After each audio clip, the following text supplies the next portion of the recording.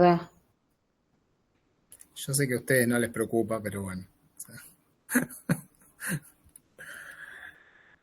Vamos, yo quiero creer que sí. Eh, Obvio bueno, que sí, profe. sí, me imagino, me imagino. Sí, obvio. ¿Cómo le fue en las últimas clases? Tenemos con un tema de unos concursos, entonces nada. Por eso es que estuve en las últimas clases, no estuve apareciendo. Escúchenme, ¿cómo le fue tuvieron una clase con, igual le fui subiendo el material, ¿sí? Con lo cual me iba quedando tranquilo. Hoy le subí la clase grabada sobre transmisión de derechos, como lo trata el Código Civil y Comercial actual, y modos de extinción, ¿sí? Que son las últimas dos unidades que vieron, creo que el 6 y el 10 o el 11 de noviembre.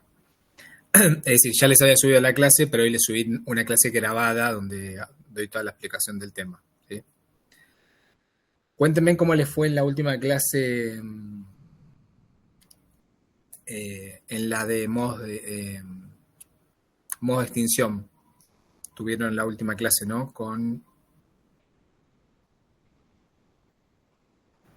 Tuvimos con un profesor, no me acuerdo el nombre. Sí, sí, es un ayudante. Pero bien, la clase, sí. Sí, Bueno, sí, estuvo bien. bueno, buenísimo. Igualmente, bueno, esa clase tienen el respaldo tanto en el, en el PowerPoint como en la clase grabada que les subí hoy. Bueno, temas administrativos. Tenemos el examen el 20. Que voy a admitir acá. El 20 y el 27, con lo cual aquellos que no estén tan bien preparados, bueno, se pueden presentar el 27, ¿sí? Con lo cual tienen tiempo para preparar bien la materia, ¿sí?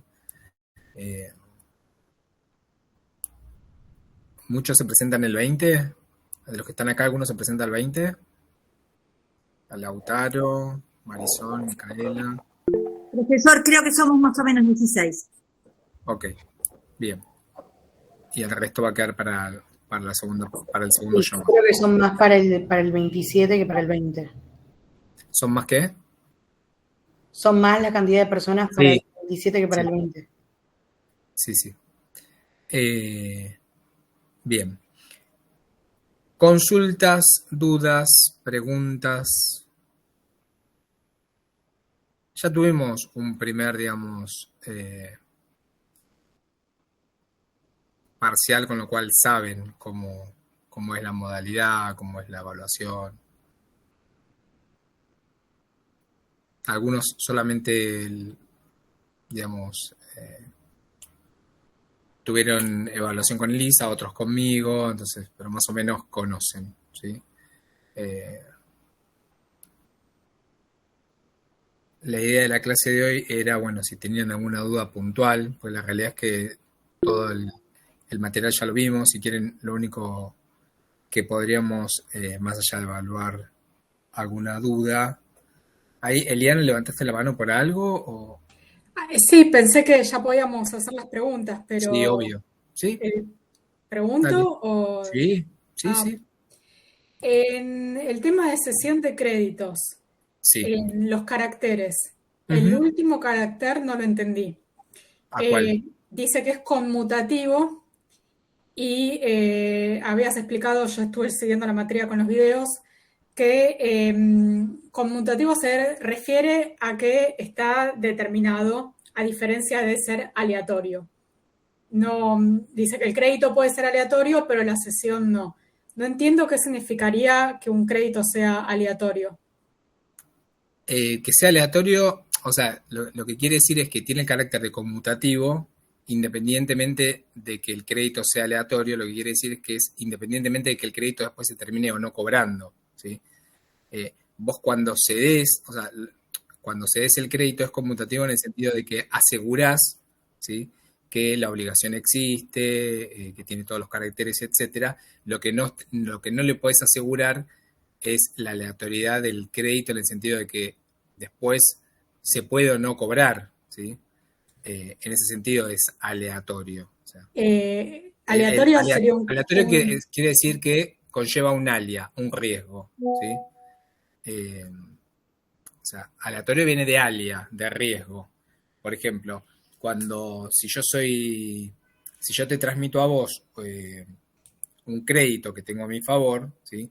El contrato es conmutativo en el sentido de que el crédito que yo te estoy transmitiendo, ¿sí? Es cierto, existe. Sí, Ahora, no es que es un crédito que puede ser cuestionado, ¿sí? Ahora, lo que yo no te voy a estar garantizando es que ese crédito que yo te transmití, vos al deudor en definitiva se lo termines cobrando, porque puede ser que cuando llegue el momento del efectivo pago, el deudor se haya tornado insolvente, ¿sí? Y no tenga bienes. Entonces, yo como cedente, ¿sí? No te voy a estar garantizando que vos vayas a cobrar, ¿sí? Porque es un crédito que se transmite con un carácter aleatorio, ¿sí? Tiene un alias, tiene un riesgo. claro, claro. No sabía que aleatorio significaba que tenía riesgo. Aleatorio viene de alia, ¿sí? De riesgo. Los contratos son conmutativos o aleatorios, ¿sí? Sí. Cuando son aleatorios es porque conllevan un riesgo, como en este caso. Vendría a ser, un riesgo podría ser una obligación a plazo incierto o una obligación condicional. ¿Eso podría referirse a un riesgo? No, el riesgo se refiere a que se puede o no cobrar, ¿sí? Es decir, supongamos que hacemos una sesión de crédito, vamos a ponerle un ejemplo, acá lo veo a Lautaro en primer lugar, ¿sí? Sí, Lautaro es mi deudor, ¿sí? Y yo digo, hago una convención con vos, hacemos una transacción por la cual yo a vos te transmito el crédito que tengo respecto de Lautaro, ¿sí? Entonces, al que vamos a estar transmitiendo es al Lautaro, ¿sí? Que es, en este caso, el cedido. claro, Y lo que tienen que tener bien en cuenta en lo que es la transmisión de crédito y de la deuda, cómo funciona el juego entre las partes, quién es el cedente, quién es el cesionario y quién es el cedido, ¿sí? En este caso, lo que yo voy a hacer es transmitirte a vos, ¿sí? Y te voy a ubicar a vos como una nueva acreedora, ¿sí? Respecto al crédito que tenés con Lautaro. ¿Qué pasa? Ese crédito que yo te voy a estar transmitiendo, ¿sí? Lo que puede suceder es que el día de mañana, cuando vos, ¿sí? Que ya entablaste esa relación jurídica obligacional ahora entre tu persona y la persona de Lautaro, por la cual ahora vos vas a ser la acreedora y Lautaro va a seguir siendo el deudor, puede suceder que ese crédito se tenga que pagar, o esa deuda, desde el punto de vista que lo quieras ver, se tenga que pagar el 10 de enero de 2026, ¿sí? sí, El crédito que yo te transmito hoy es cierto, ¿sí? Pero es claro, aleatorio. ¿Por qué? Porque puede ser que el 10 de enero de 2026, cuando vos le vayas a golpear la puerta a Lautaro no esté, ¿sí? Haya cambiado su domicilio, quieras cobrarle y no tengas manera de cobrarle porque no tiene bienes, ¿sí? Entonces, en eso reside el carácter de aleatorio o el riesgo que conlleva, ¿sí? Otra cosa es cuando yo te aseguro, ¿sí? Que vos vas a cobrar, ¿sí? Entonces, ahí sí el contrato es conmutativo, no solamente en lo que tiene que ver con el contrato, sino también con la posibilidad de cobro. Si yo te lo aseguro, entonces yo te digo, yo te aseguro que si Lautaro no te paga, yo te voy a pagar. Entonces, en ese caso, va a ser conmutativo desde ese lugar. Pero por lo es general, los parecido a la contratos, fianza, ¿no? exacto. O sea, te lo voy a estar garantizando. Pero en la generalidad de los casos, cuando vos haces una sesión del crédito, bueno, transmitís el crédito como conmutativo, que el crédito existe, etcétera, pero no vas a afianzar o garantizar que el crédito lo vas a terminar cobrando. Claro. Desde el punto de vista de que, sí, Porque conlleva un riesgo, un alia. claro. Lo Desde que el pasa punto es de que, vista que está explicado, cualquier crédito entonces sería aleatorio, y sí, obvio, porque el todos los riesgo de créditos que son el deudor aleatorios. se insolvente o desaparezca Es que siempre está latente. siempre para el cesionario, ¿sí? Tiene que haber una ganancia. ¿Por qué? Porque si yo a vos te transmito un crédito que tengo respecto de Lautaro, vos también tenés que ver el riesgo, ¿sí? ¿Por qué? Supongamos que yo te digo, mira, tengo un pagaré para cobrarle al Lautaro, pero se me vence el 10 de marzo y yo necesito la plata hoy porque tengo que pagar una deuda. Entonces vos me vas a decir, ¿y de cuánto es ese pagaré? Entonces yo te voy a decir, es de 100.000 pesos. Y vos me vas a decir, bueno, por el riesgo, por el alia que conlleva, yo te voy a comprar, ¿sí?, ese crédito, ¿sí?, para que hagamos una sesión del crédito a mi favor, pero te voy a pagar 50.000 pesos o 40.000 Claro. pesos. Entonces, ¿por qué? Porque vos vas a asumir de alguna manera un riesgo, y si no, no tendría sentido. ¿Por qué vos, ¿sí?, me comprarías un potencial caso de que no lo puedas, no puedas cobrar, ¿sí? No, yo lo había pensado la figura de la cesión de crédito cuando un cheque que tiene no a la orden, que no se puede endosar, se puede transmitir por medio de la cesión de crédito. Un cheque también sería un crédito aleatorio, Sí, obvio. un cheque de pago diferido. Sí, porque después cuando llegue el momento del efectivo pago, hay que ver si el que emitió ese cheque tiene fondos para cobrarlo, Claro, ¿sí? claro. Gracias. Y después tenía una duda más de fianza, pero no sé si... A ver, vayamos con otra, después volvemos. Sí. ¿Alguien más Bueno. levantó la mano por ahí? ¿O no? Yo, Buenas profe. tardes, profe. Ah, no, perdón, Sí. perdón. No, No, tranquilo. no, primero, después sí. Bueno, Esperen, eh, antes que me recuerden esto de que quiénes son las partes, ¿sí?, en la cesión del crédito y quiénes son las partes en la cesión de la deuda, ¿sí? Y quién es, digamos, la persona del cedido, porque en la cesión de la deuda, ¿sí?, ¿a quién vamos a estar cediendo? ¿Quién es el cedido? En la cesión de la deuda, ¿sí?, no de crédito. El acreedor. El acreedor, ¿sí? El acreedor es el que es cedido, ¿sí? Y acá en este caso, recuerden que al acreedor no le es indiferente la persona del deudor, ¿sí? ¿Por qué? Porque no es lo mismo que le pague Pedro, que era su deudor, o que ahora su deudor venga a ser Juan.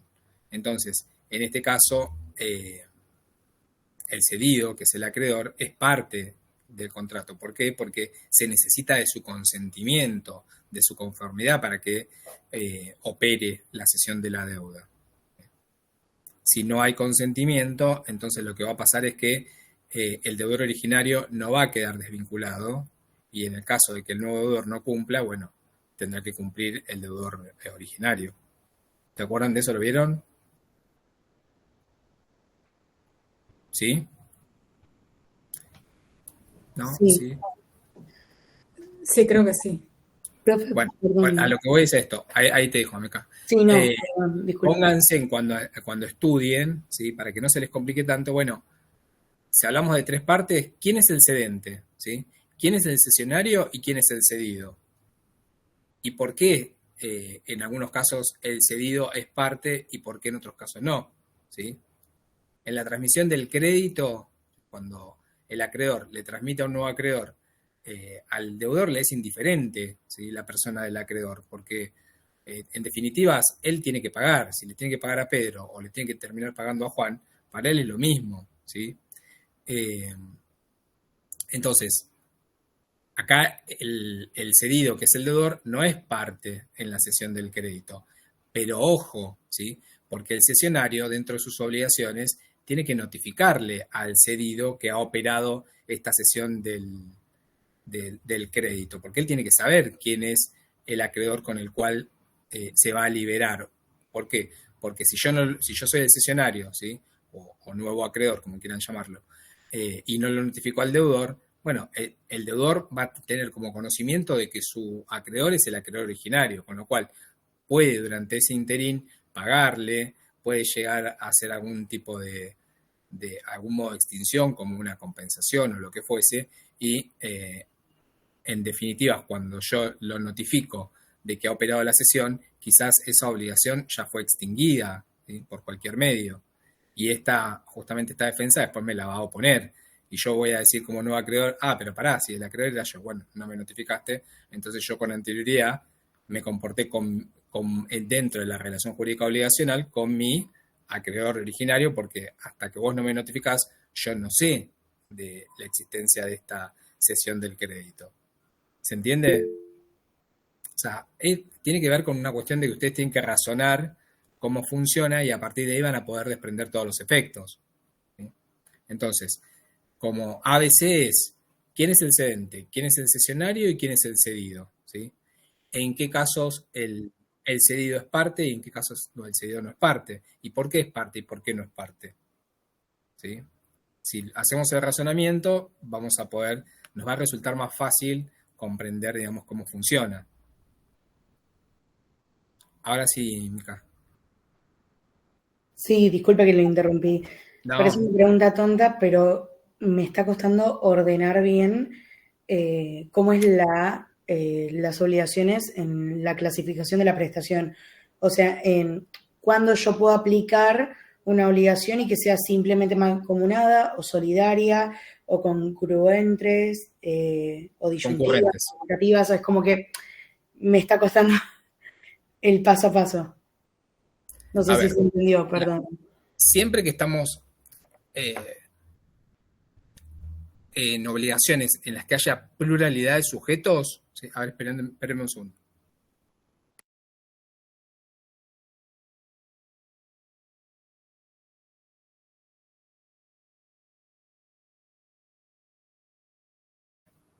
Perdón, me estaba sonando el celular. Les decía, siempre que estemos frente a una pluralidad de sujetos, ¿sí? Vamos a estar frente a obligaciones que son mancomunadas. Ahora, estas obligaciones mancomunadas, a su vez, pueden ser simplemente mancomunadas o solidarias. ¿Hasta ahí vamos? Las simplemente mancomunadas son aquellas en las cuales el crédito y la deuda se dividen en tantas partes como deudores y acreedores existan, ¿sí? Se van a regir por el principio de la divisibilidad. Y en las obligaciones solidarias, ¿sí? Lo que va a suceder es que uno de los caracteres que van a tener estas obligaciones de pluralidad de sujetos es que son vínculos que van a estar coligados, ¿sí? En las obligaciones solidarias. Esto no lo vimos, ¿no? ¿Conmigo? No. No, pero ¿cómo sería coligados? O sea, como que se asocian. A ver, yo creo que acá hay un pizarrón, ¿no? Sí. A ver.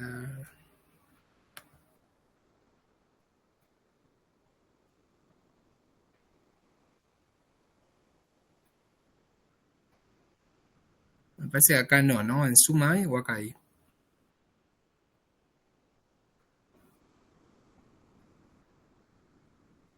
No, me parece que es en suma. Sería algo así, ¿sí? A ver, yo les voy a escribir acá en un papel y ahí se los...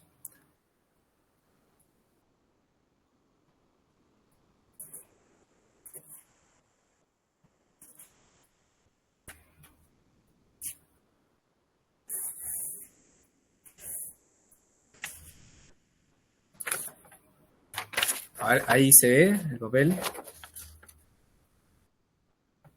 ¿Se ve o está muy claro? No se llega a ver. ¿No?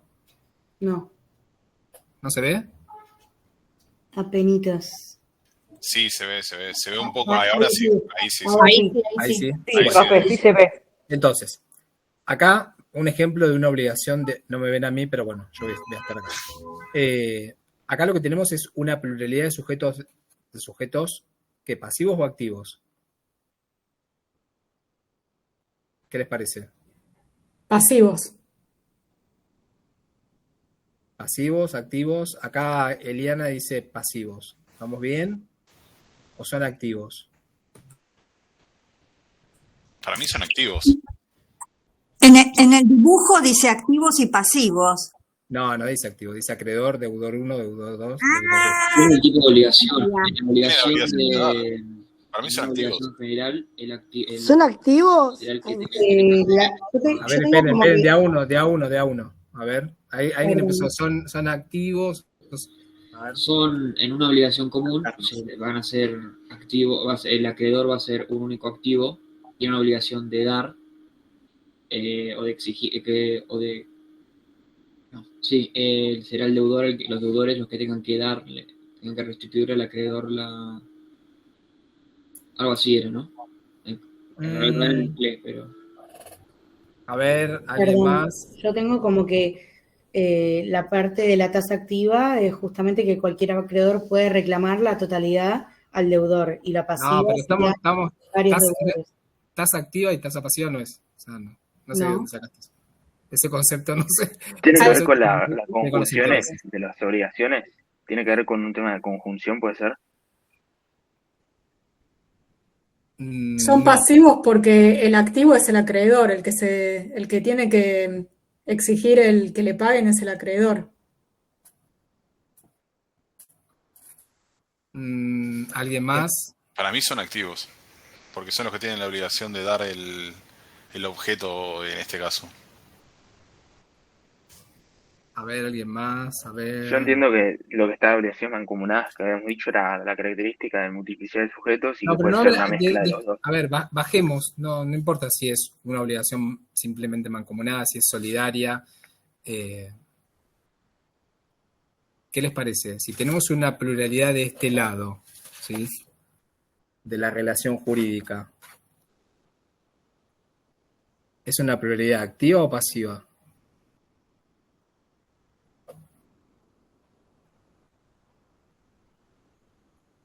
Para mí activa. Se activa. Bueno, estamos bien para el examen, ¿sí? Así que vayan preparándose para el 27 mejor. No, chicos, en las obligaciones, ¿sí? El deudor es el sujeto pasivo, ¿sí? En la obligación, el sujeto activo es el acreedor, porque es el que tiene la facultad para exigir el cumplimiento de la obligación y para arbitrar los medios justamente para ejecutar el patrimonio del deudor. Y el deudor es el sujeto pasivo porque tiene que soportar esos poderes de agresión patrimonial. En el pago, ¿sí? Sí, el sujeto activo va a ser el deudor porque es el que tiene que hacer el pago. Pero siempre que estemos hablando de una obligación, ¿sí? Los sujetos van a ser, el activo va a ser el acreedor y el pasivo va a ser el deudor, porque justamente el acreedor es el que tiene la facultad para utilizar sus poderes de agresión contra el deudor. ¿No se acuerdan de eso? Sí, es verdad. Yo me había mezclado con lo de pago y obligación de... Claro. Una cosa es en la obligación y otra cosa es en el pago. Entonces, acá tenemos una pluralidad, ¿sí? De sujetos pasivos, ¿sí? Entonces tenemos una obligación mancomunada con una mancomunidad pasiva, ¿sí? Porque tenemos una pluralidad de deudores en este caso y tenemos un acreedor común. Ahí estamos, ¿sí? Bien, en las obligaciones mancomunadas se van a generar tantos vínculos, ¿sí? Como sujetos existan. Entonces, vamos a tener dos tipos de obligaciones mancomunadas. Si la obligación es simplemente mancomunada, estos vínculos, ¿sí? Van a ser independientes uno del otro. Son tres vínculos independientes. Por ello es que el acreedor común, ¿sí? Acá voy a agregar un dato.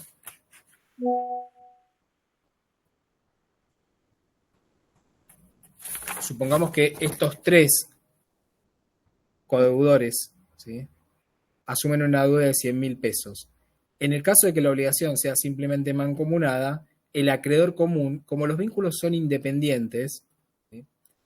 Solamente le va a poder reclamar a cada uno de los codeudores su cuota parte en la deuda. Si no hubiese sido fijada previamente por convenio cuál va a ser la cuota parte de cada uno de ellos en la deuda, se entiende que es por partes iguales, con lo cual a este, ¿sí? Nada más le va a poder reclamar 33.333, a este 33.333 y a este 33.333. Con lo cual, si alguno de ellos fuese insolvente, supongamos que este D3 no tiene plata, es insolvente, ¿sí? El que va a ser perjudicado es el acreedor común, porque esos 33.333 no se lo va a poder cobrar a nadie, ¿sí? Va a ser una pérdida para este acreedor común. ¿Por qué? Porque los vínculos son independientes. en las obligaciones simplemente mancomunadas. Se divide el crédito y la deuda en tantas partes como deudores y acreedores haya. ¿Hasta ahí vamos? Sí. Sí, perfecto. Ahora, en las obligaciones solidarias, los vínculos, esos vínculos independientes, además presentan un carácter que es que son coligados, ¿sí? ¿Qué quiere decir? Que cualquiera de los codeudores puede ser obligado al pago íntegro de la deuda, ¿sí? Entonces, si supongamos que este no tiene bienes, es insolvente, no va a ser perjudicado el acreedor común, sino el resto de los codeudores, porque el acreedor común le puede reclamar el 100% a cualquiera, o se lo reclama a este, o se lo reclama a este, o se lo reclama a este. Es decir, que el acreedor común a cualquiera de ellos le puede reclamar los 100.000, porque los vínculos son coligados, y esto quiere decir que se propagan los efectos. Es por eso que ustedes habrán visto cuando vieron obligaciones solidarias, que algunos efectos se propagan, es decir, se extienden al resto y otros no. Tiene que ver justamente con el carácter de que los vínculos son coligados, ¿sí? Y después, otro tema que es importante es cómo funciona el principio de participación, porque supongamos que el acreedor común le cobra a este, ¿sí?, los 100.000, no es que el resto queda desentendido o no tiene que pagar nada, no. El acreedor común tiene una acción de repetición para que estos, ¿sí?, le paguen lo que excedió en su cuota parte de la deuda. Es decir, este nada más tenía que pagar 33.333, pero como la obligación es solidaria, se vio obligado a pagar la totalidad al acreedor común. Pero esto no quiere decir que él se va a quedar de brazos cruzados, no, va a tener una acción, ¿sí?, para que estos integren aquello que debían haber pagado. Es decir, que a este le va a poder reclamar 33.333, ¿sí?, y a este le va a poder reclamar 33.333. En el caso de que alguno de ellos no sea solvente, supongamos que este D3 no tiene bienes, bueno, los perjudicados van a ser ellos dos, porque entre ellos dos se van a tener que repartir la insolvencia de este deudor. Es decir, que van a tener que pagar, además de su parte, ¿sí?, la parte que le hubiese correspondido a este insolvente en función de la cantidad de partes que haya, en este caso entre dos, ¿sí? Es decir, que de esos 33.333, 16.500 va a absorber este y otros 16.500 va a absorber este, más los 33.333 que correspondían a su cuota parte.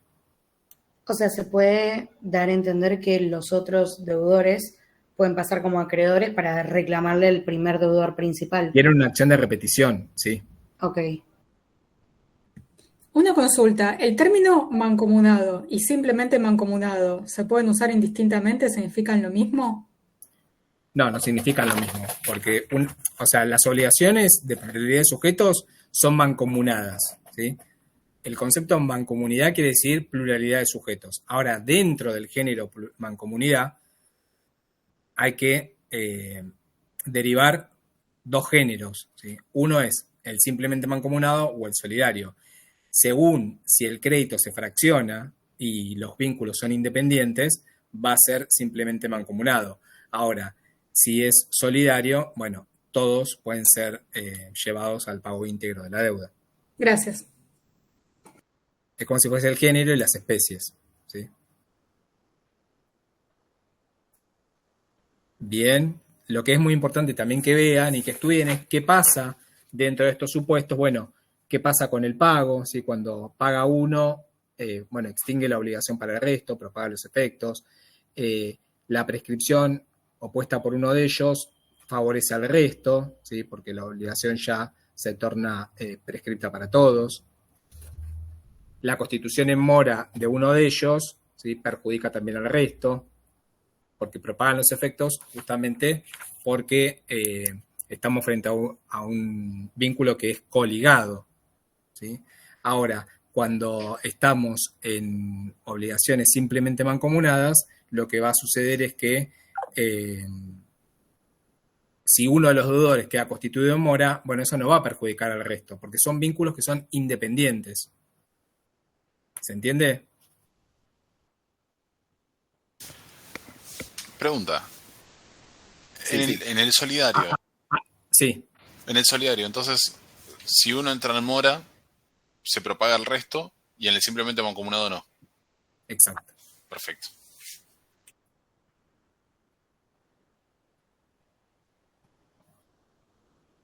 ¿Hay alguien levantó la mano? Eliana. Alguien había levantado la mano antes, Sí, pero se me perdió, a ver. ah, Oh, capaz que era Kevin. Sí. bueno. Con respecto a la prescripción, me pareció que que estaba contradictorio el PowerPoint, porque ni bien habla de prescripción, bueno, dice que se da por el transcurso del tiempo y la inacción del titular del derecho, Ujú.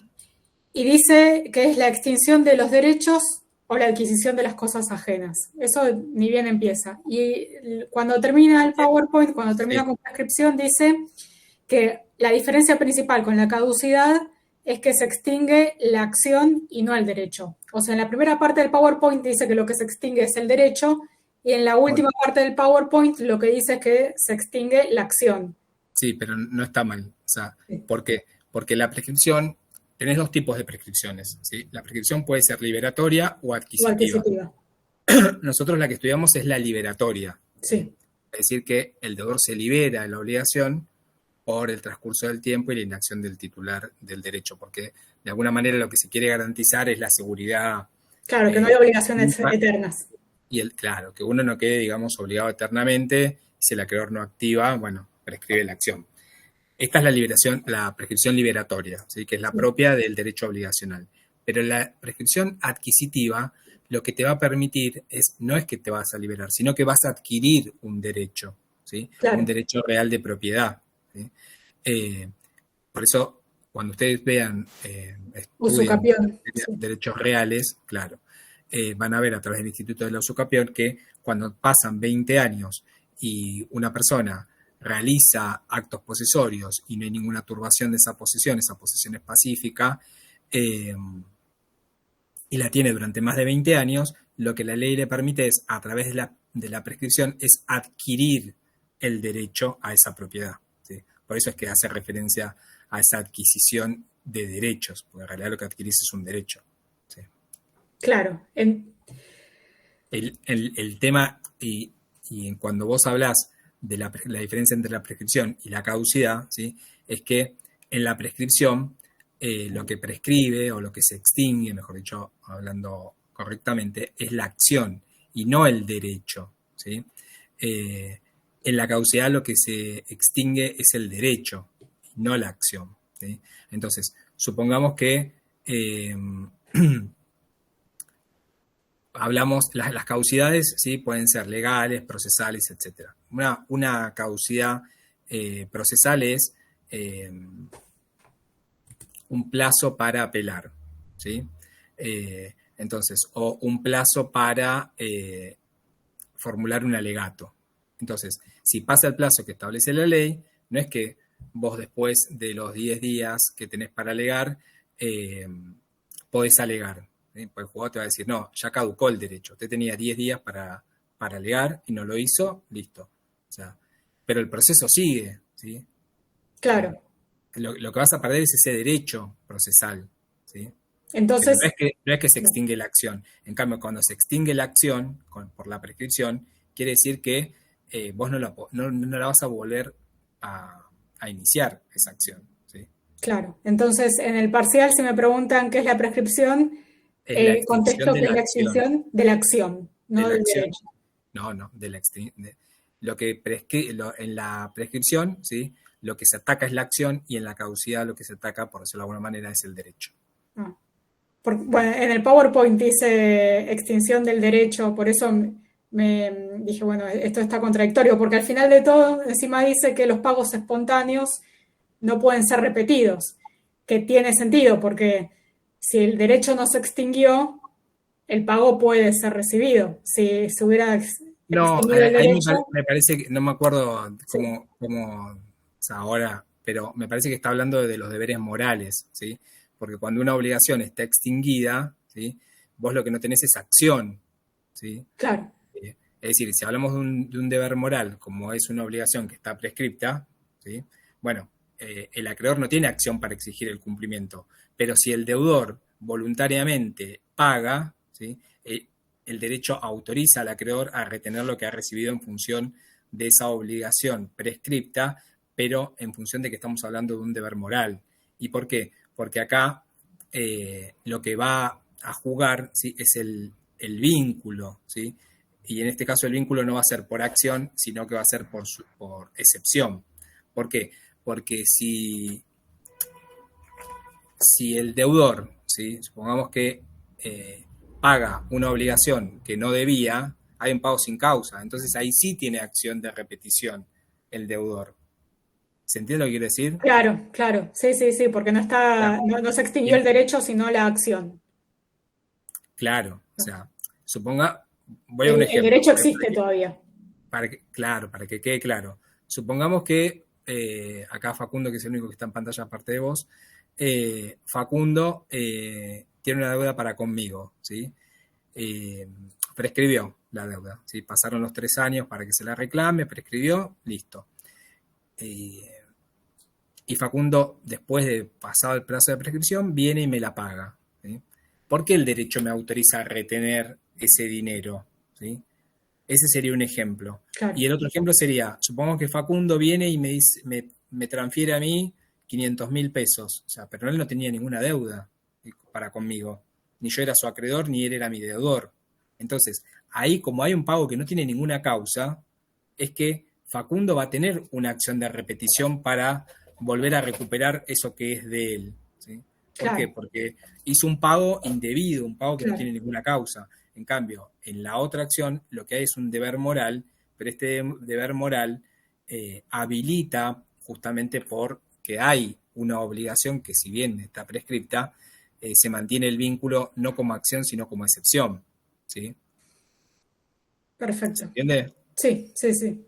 Profe, o sea, no borra la deuda moral, pero pero sí excusa La exigibilidad. la exigibilidad jurídica. No da lugar a la exigibilidad, pero el deber moral va a seguir, ¿sí? Pero igual Porque lo libera al hay un- deudor. ¿Cómo? Que igual lo libera al deudor. No moralmente, pero sí jurídicamente. Sí, obvio, en la prescripción sí. Por eso lo que va a generar como efecto la prescripción es la liberación del deudor. Por eso es que la prescripción es liberatoria. Este es el efecto.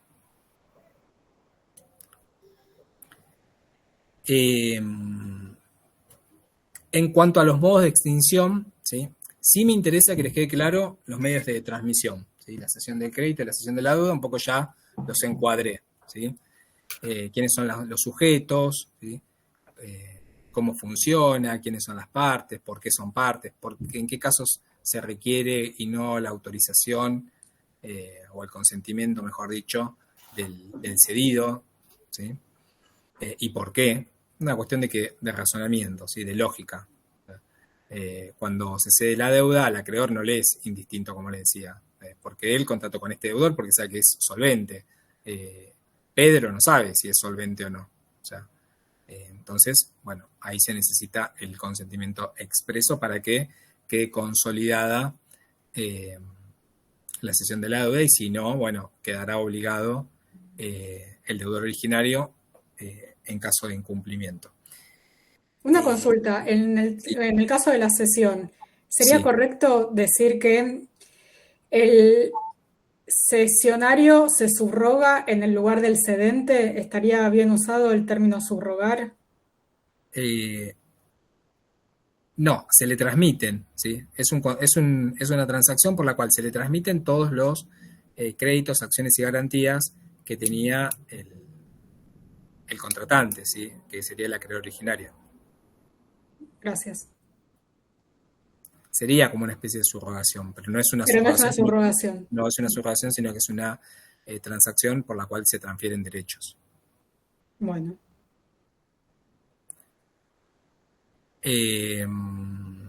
Les iba a decir, en cuanto a los modos de extinción, ¿sí? Bueno, tengan bien en claro que es una transacción.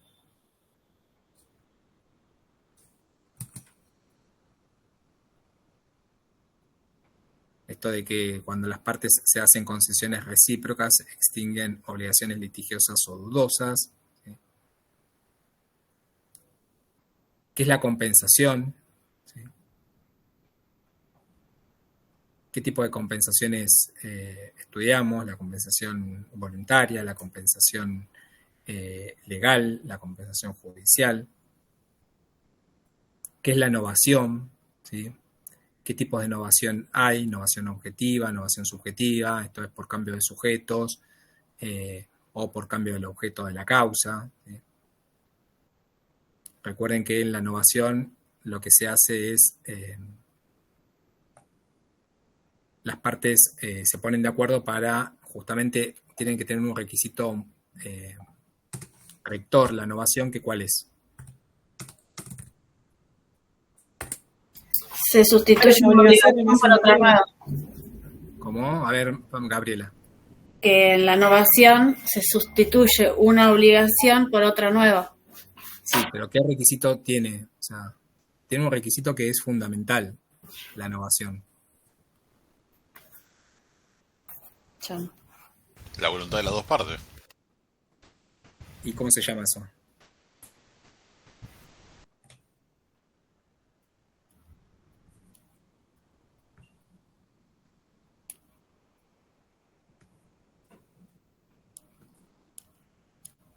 Animus novandi.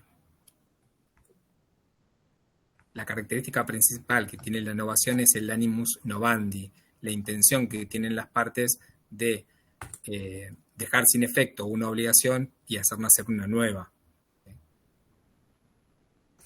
¿Se acuerdan o no? ¿Lo vieron? Me parece que eso no habíamos visto el nombre en Creo que latín. en latín no, te juro Claro, que en latín no. ¿No? ¿El animus novandi no? No, No, esa parte no, o sea, sí habíamos visto que justamente elimina una y se cambia la otra, vimos pero que, no el ánimo novandi. vimos que se eliminan por la voluntad de las partes en un nuevo acuerdo, pero nunca se nombró el término en latín. Bueno. Igual, profe, por ejemplo, el concurso preventivo, el acuerdo implica la novación de todas las obligaciones y muchas veces no hay voluntad por parte de los acreedores, pero bueno, se ve que es una excepción a la novación.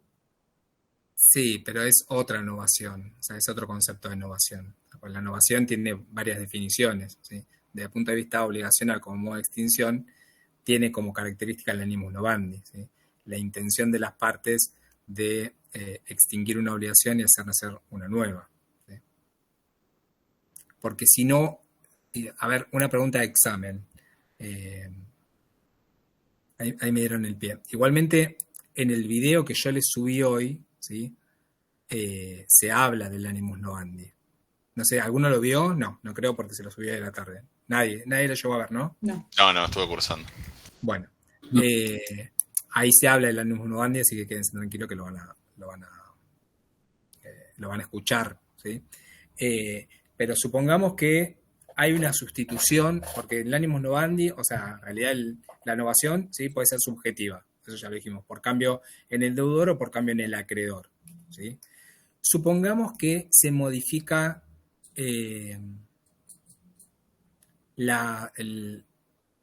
alguno de los sujetos deudores o acreedores, ¿sí? Pero no se extingue la obligación, ¿sí? Pero se modifica. Hay una novación, hay un cambio, ¿sí? En la definición general o en una acepción general, hay una modificación de alguno de los sujetos, pero la relación jurídica obligacional se mantiene intacta. ¿Hay novación?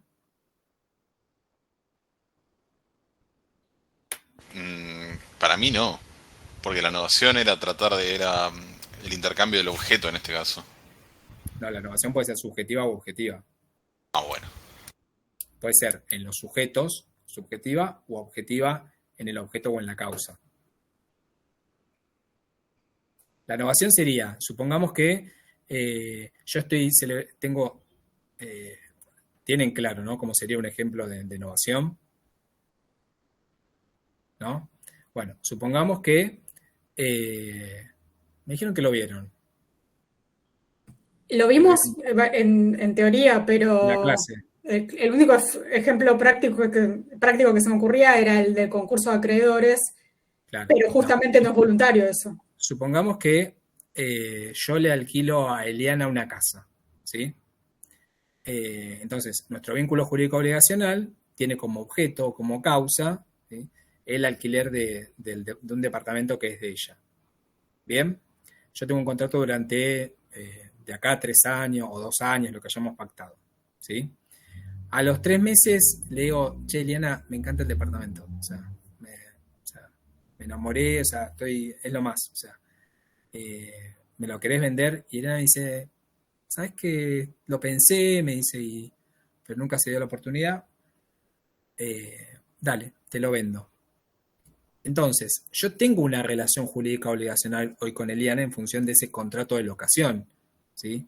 Entonces, ¿qué vamos a hacer? Vamos a extinguir esa obligación originaria y vamos a hacer un nuevo, ¿sí? Contrato que va a ser ya no de locación, sino de compraventa. Entonces, somos las mismas partes, pero hay una modificación del objeto, ¿sí? O de la causa que dio lugar a en este caso, a la causa que dio lugar a esa relación jurídica obligacional primitiva, ¿sí? Esto es una innovación, ¿sí? Se extingue una obligación y hacemos nacer una nueva. ¿Está? Ahora, volvamos a la pregunta de el parcial, ¿sí? Estamos en el parcial del 20, para aquellos valientes que van a venir el 20. Y yo les digo, tenemos una relación jurídica obligacional, cambiamos alguno de los sujetos, ¿sí? Supongamos cambiamos el acreedor por otro, pero la relación jurídica se mantiene intacta, más allá de esa modificación de alguno de los sujetos. ¿Estamos ante una innovación?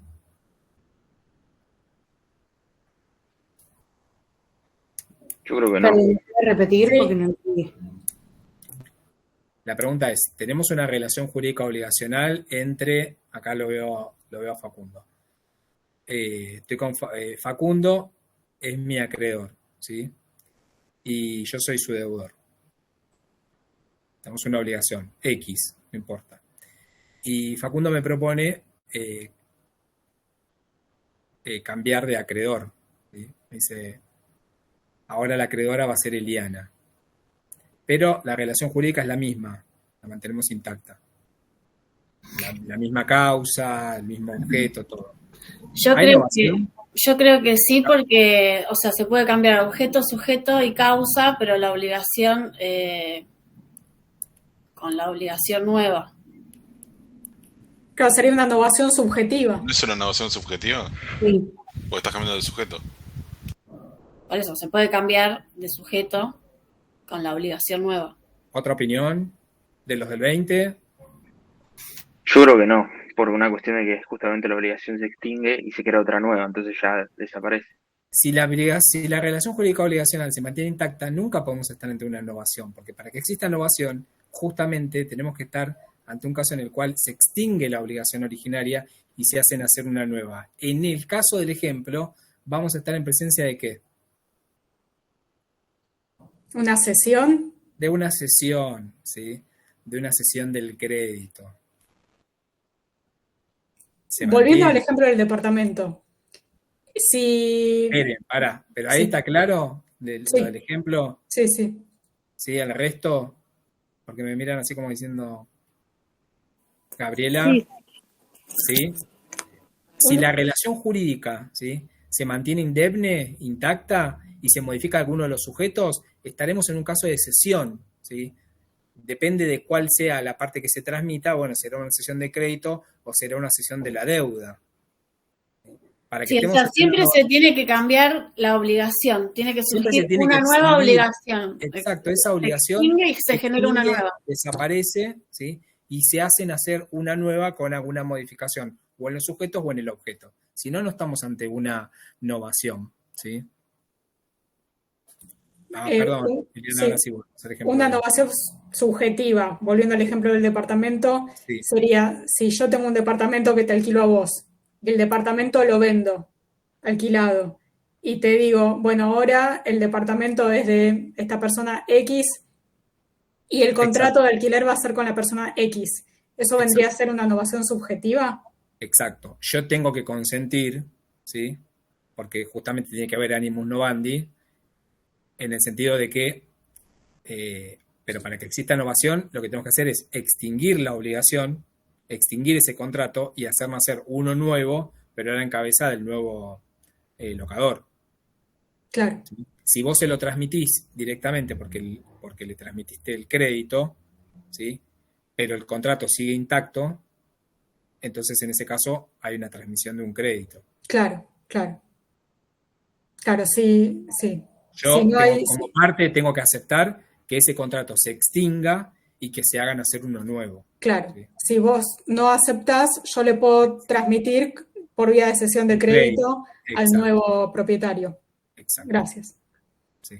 Y en todo caso me dirás a mí, ¿sí? Me notificarás que a partir de ahora, como vendiste el departamento, el contrato se mantiene, se respeta, ¿sí? Hasta no sé, los 2 años que falten o el año y medio, ¿sí? Pero que ahora el nuevo acreedor del pago va a ser fulanito. ¿Sí?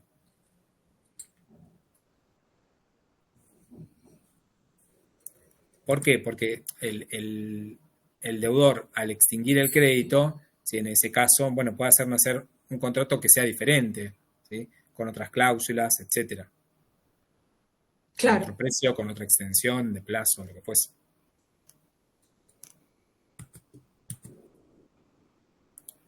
Bien. Igualmente yo creo que cuando ustedes vean la clase que les subí hoy, no porque sea un genio, una genialidad, se les van a aclarar un poco más los conceptos, quizás, ¿sí? Entre lo que vieron en la clase presencial y los PowerPoint, quizás ya les cierra más la idea con la clase. Porque sí, o sea, recuerden que un elemento característico de la innovación es el animus novandi. Si no hay animus novandi, no hay innovación. ¿Sí?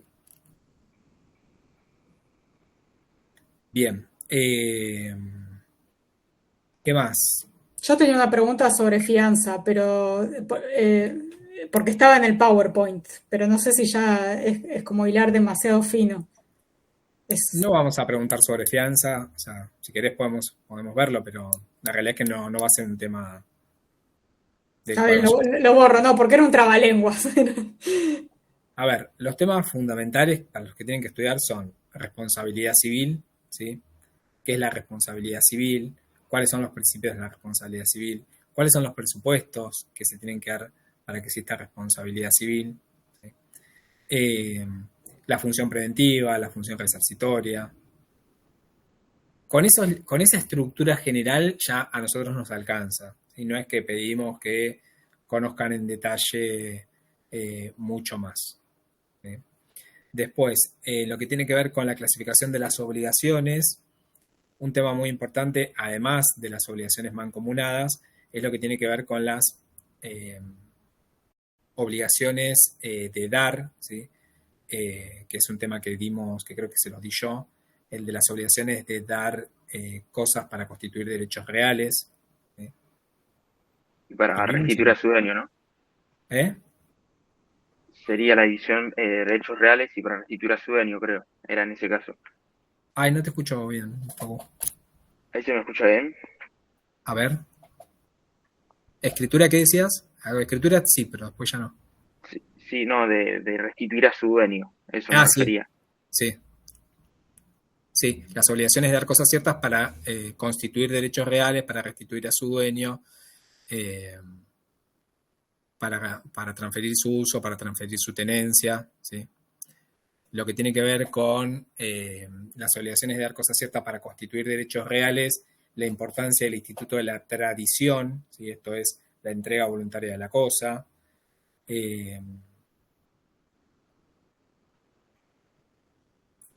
Quizás, digamos, el consejo que les daría es que cuando estudien estas obligaciones de dar cosas ciertas para constituir derechos reales, ¿sí? y vieron que se dan esas cuatro clasificaciones para restituir a su dueño, para transferir su uso, para transferir su tenencia, que tengan bien en claro quién es el deudor y quién es el acreedor, ¿sí? Es decir, ustedes identificando las figuras de quién es el deudor y quién es el acreedor en cada uno de estos supuestos de obligaciones de dar cosas, les va a resultar mucho más fácil la comprensión del texto, ¿sí? No sé, supongamos que hablamos de las obligaciones de dar cosas ciertas para constituir un derecho real, ¿sí? ¿Quién es el deudor de la cosa? El deudor es el dueño de la cosa, que debe Es el entregar dueño de la la cosa. cosa. Exacto, es el dueño de la cosa. Que Porque, entrega, o sea, y con el artículo 750, creo que era, de la tradición, entrega voluntariamente la cosa. claro, a través de la tradición, ¿sí? Lo que hace es la entrega voluntaria de la cosa para constituir un derecho real. Recordemos que antes de la tradición, el acreedor tiene un derecho a la cosa, ¿sí? Y que cuando se produce la tradición, tiene un derecho sobre la cosa, ¿sí? Acá ya pasamos de un derecho personal a un derecho real, ¿sí? Sobre esa cosa. O sea, eso sería que el derecho nace a partir de la transferencia, a partir de la inscripción en el registro.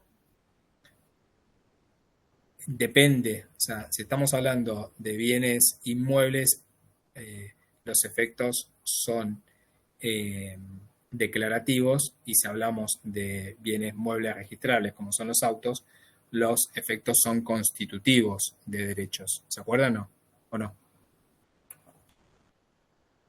¿Cuál es la diferencia?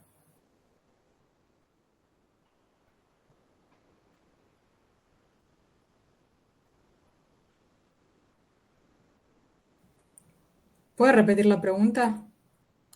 Sí. La pregunta es, en el caso de los bienes muebles registrables como los vehículos, ¿la transferencia, ¿sí? ¿Es constitutiva o es declarativa de derechos? Constitutiva. ¿Constitutiva? ¿Qué quiere decir que sea constitutivo? Porque le está otorgando alguno derecho a otra persona sobre el objeto en este caso. Y en los bienes inmuebles, ¿Declarativa? en los bienes inmuebles, ¿sí?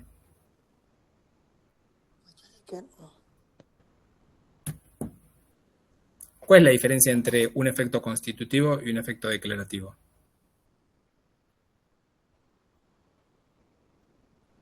En los bienes inmuebles la descripción tenía efectos declarativos y en la ¿Por otra al qué? revés sería. Por el hecho de limitarse a declarar el derecho que ya existía. O sea, ya estaba establecido. En los efectos constitutivos de derechos, ¿sí? El derecho nace a partir de ahí, ¿sí? A partir de la Constitución. En los efectos declarativos, lo que se hace es, se declara que el derecho existía con anterioridad, es decir, que opera con efectos retroactivos, y en el otro opera con efectos para lo futuro, a partir de ese momento. Cuando yo hago la transferencia de un vehículo y hago la transferencia, a partir de ahí y de ese momento me voy a constituir en el dueño de ese vehículo, por más que yo ya lo tuviese con anterioridad, ¿sí? ¿Por qué? Porque el dueño va a ser quien figura como titular registral de ese vehículo, porque tiene efectos constitutivos de derechos, ¿sí? El derecho nace a partir de ahí.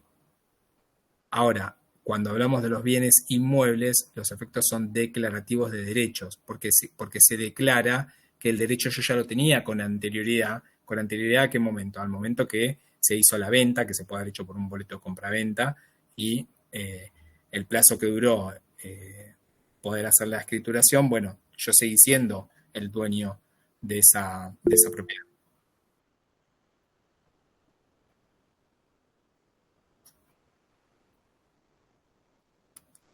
Sí, Gabriela, ¿se entendió eso?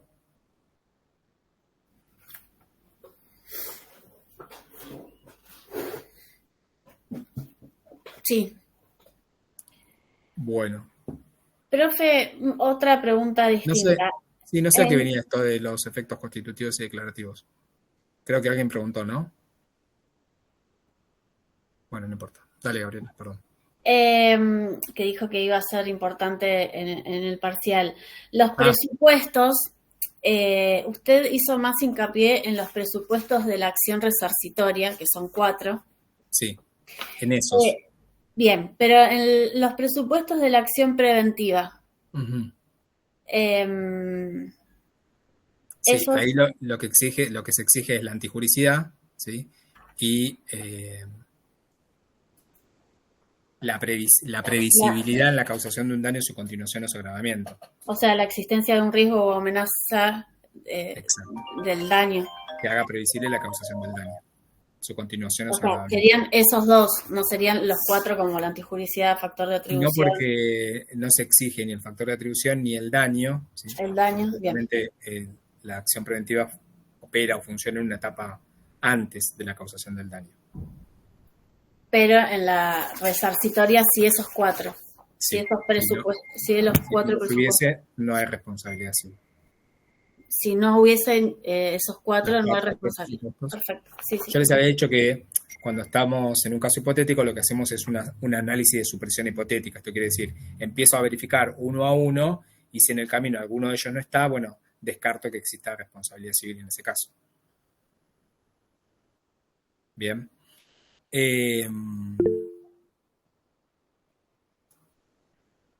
Presupuesto de la función preventiva, dice María.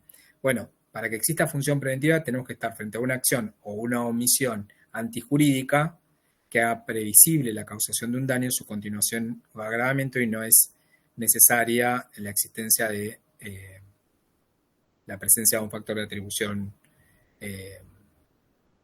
para que proceda la función preventiva.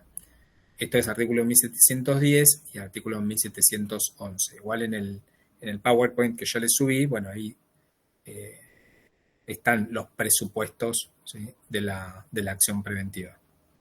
Yo les subí ese PowerPoint, ¿no? Sí. El de responsabilidad civil.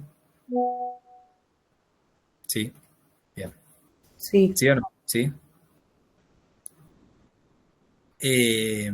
Profe, los principios más relevantes que yo tenía es el Namin el Aere, que es el deber genérico de no dañar a nadie, y el pacta sunt servanda, es decir, los pactos o contratos se hacen para ser cumplidos por las partes y se debe someter a ellos como a la ley misma. Después, bueno, estos 4 presupuestos que tienen que ver con análisis de supresión hipotética. Sí, no, y principios acá hay algo... los principios son más. Sí. Es el principio de la buena fe, el principio de culpabilidad, el principio de la extensión de la responsabilidad en el caso de dolo, el principio de la relatividad de los derechos.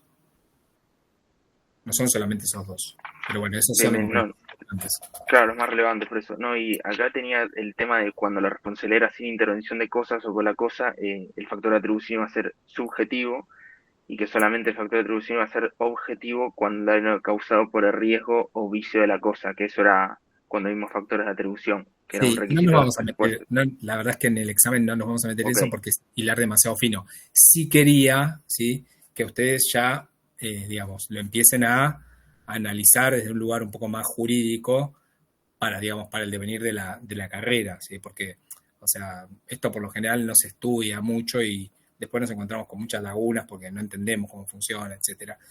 Pero en este curso de obligaciones no les vamos a preguntar daños causados con, sin intervención de cosas, cómo funciona la carga de la prueba, etcétera. Así que desde ese lugar, no sé, quizás lo que nos interesa es que vean como la parte general de, bueno, para que exista responsabilidad civil se tienen que dar 4 presupuestos que son estos, los principios de la responsabilidad civil son estos, qué significa o cómo se puede definir lo que es un sistema de responsabilidad civil y con eso estamos más que bien, ¿sí?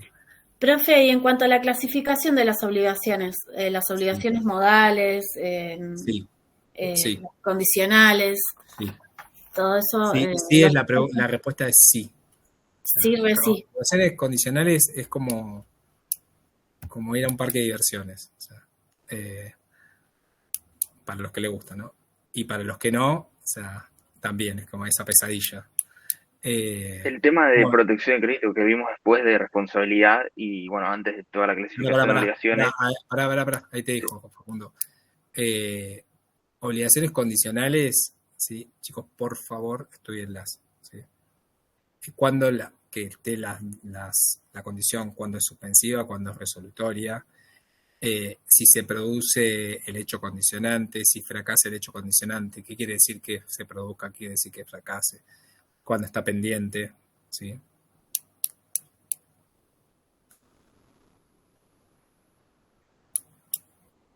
¿Se acuerdan que eso lo vimos? Estoy seguro.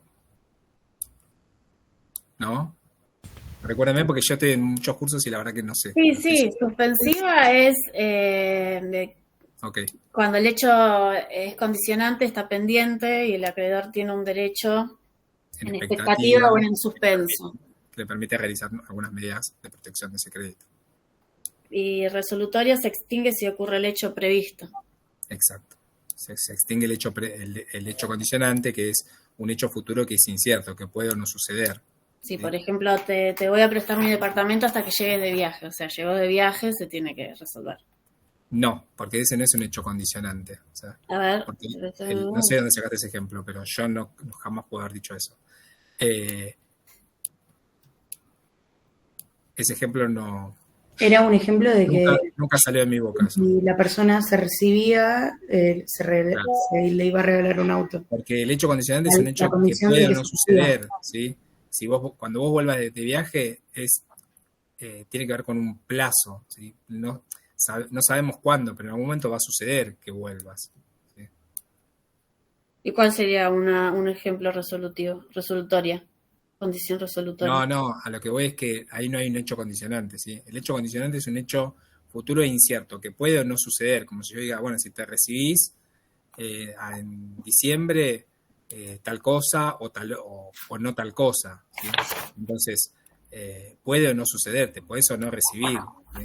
Pero cuando lo sujetás a un tiempo, como decir, bueno, cuando llueva, o cuando se muera fulanito, o cuando se produzca tal siembra, bueno, ahí lo que estás supeditando es la exigibilidad de la obligación, pero no la existencia, porque estás supeditando un plazo. Indefectiblemente en algún momento va a suceder, ¿sí? ¿Se entiende la diferencia, Gabriela? No sé ese ejemplo de dónde lo sacaste, pero no. No, yo estaba en condición resolutoria, no en la otra.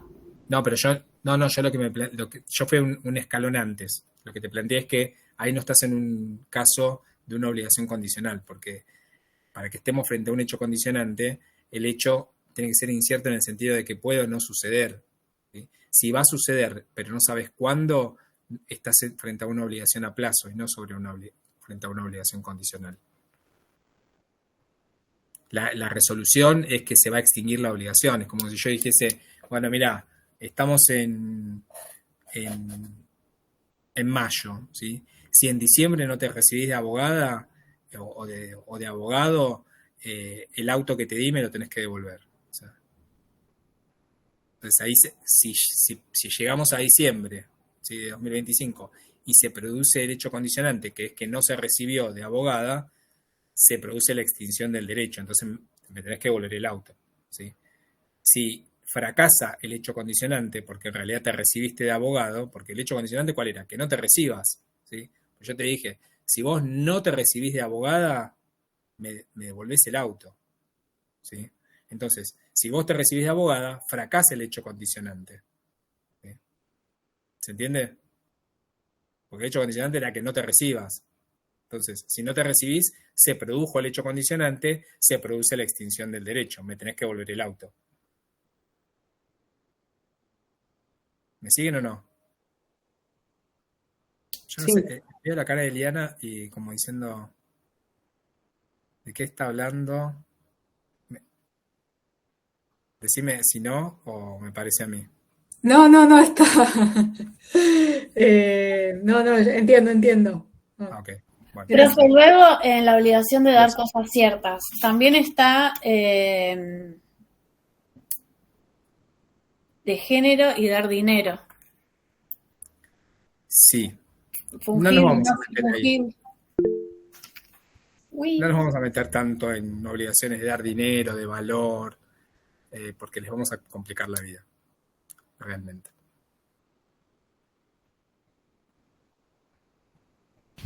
Los intereses punitorios, moratorios, eso tampoco, ¿no?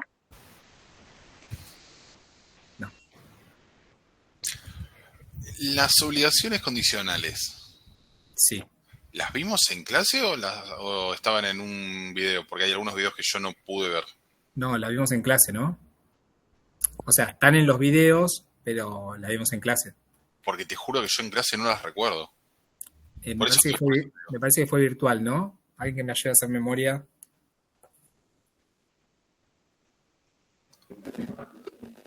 En el video está seguro. Las explicaciones lo dio el doctor Lencina y en los videos del doctor Lencina estaban bien explicados ahí las Sí, obligaciones. pero vimos la Todo por clase, video. En clase no sé.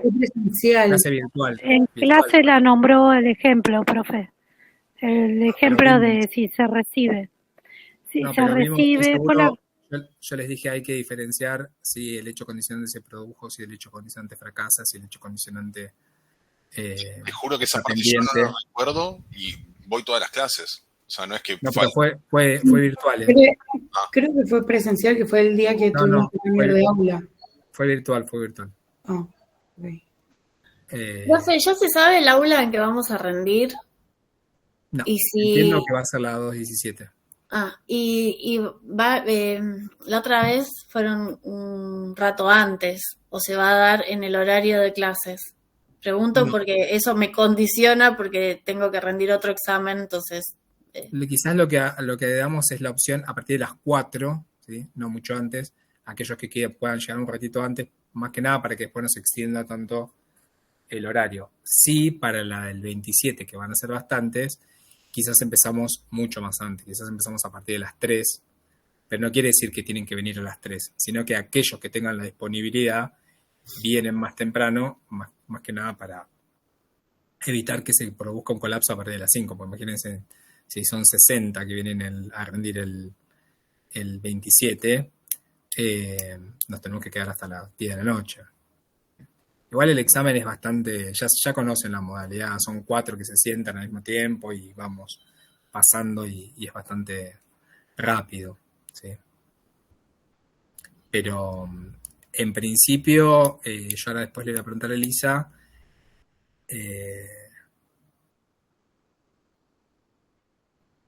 no para nada, dice Marisa, está en el video, no sé a qué se refiere.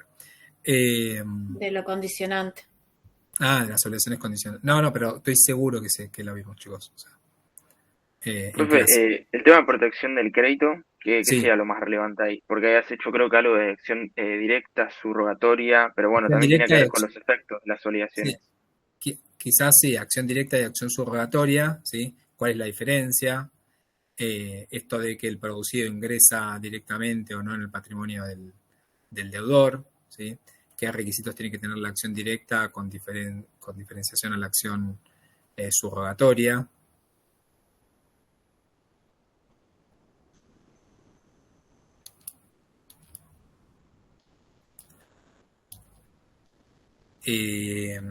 Después vimos, ¿no? Obligaciones alternativas, facultativas.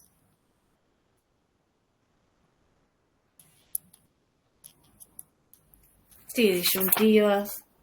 Ahí estaban. Disyuntivas son está dentro del tema de pluralidad de sujetos. Disyuntivas o conjuntivas. Según si los sujetos se excluyen o si concurren. Bien.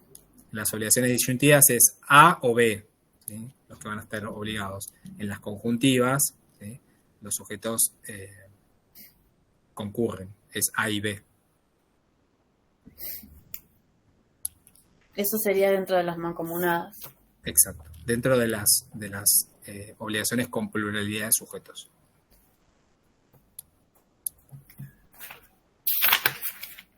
O sea, las condicionales a plazo y con cargo, modales, todas esas muy importantes, así como también obligaciones de dar, de hacer y de no hacer.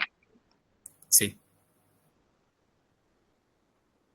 Y de lo último de los medios de transmisión, que bueno, está en el video nuevo. Sí. En el video van a tener medios de transmisión y modos de extinción. Dentro de los modos de extinción, ya les reitero, compensación, transacción, novación. El pago ya lo vimos cuando vimos la primera parte. Profe, también ¿Es necesario que hagamos hincapié en el derecho del damnificado? ¿A qué te referís? ¿Derecho al damnificado con relación a qué? No, o sea, saber lo que es, o sea, la importancia de qué es el derecho al damnificado.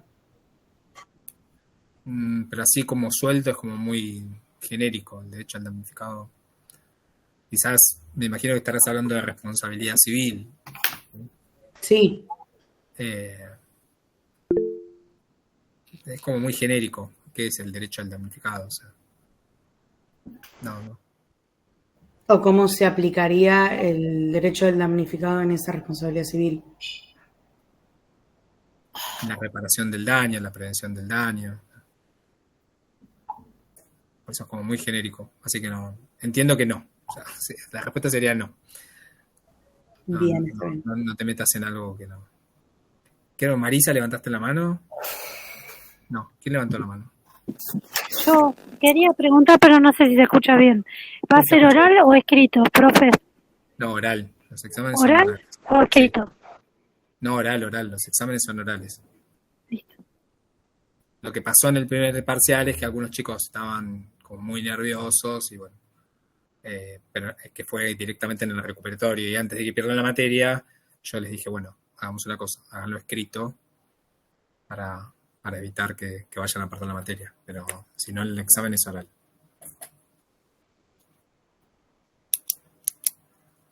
Bueno, creo que estamos, ¿no?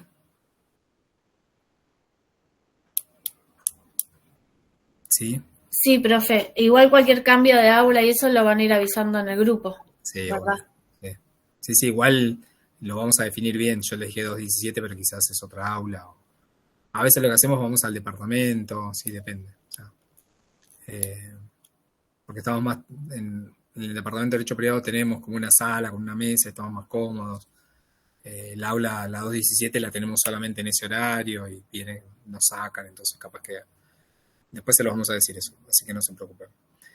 Y a veces hasta está cerrada con llave antes del horario. Sí, por eso. O sea, es que en realidad solamente nos las abre, o sea, esa aula no se abre a nadie más que a nosotros. O sea, tenemos ese privilegio. Así que no es una aula, digamos, de la facultad, sino que es de la parte institucional, solamente nos dan a nuestro curso. Bueno, creo que estamos bien.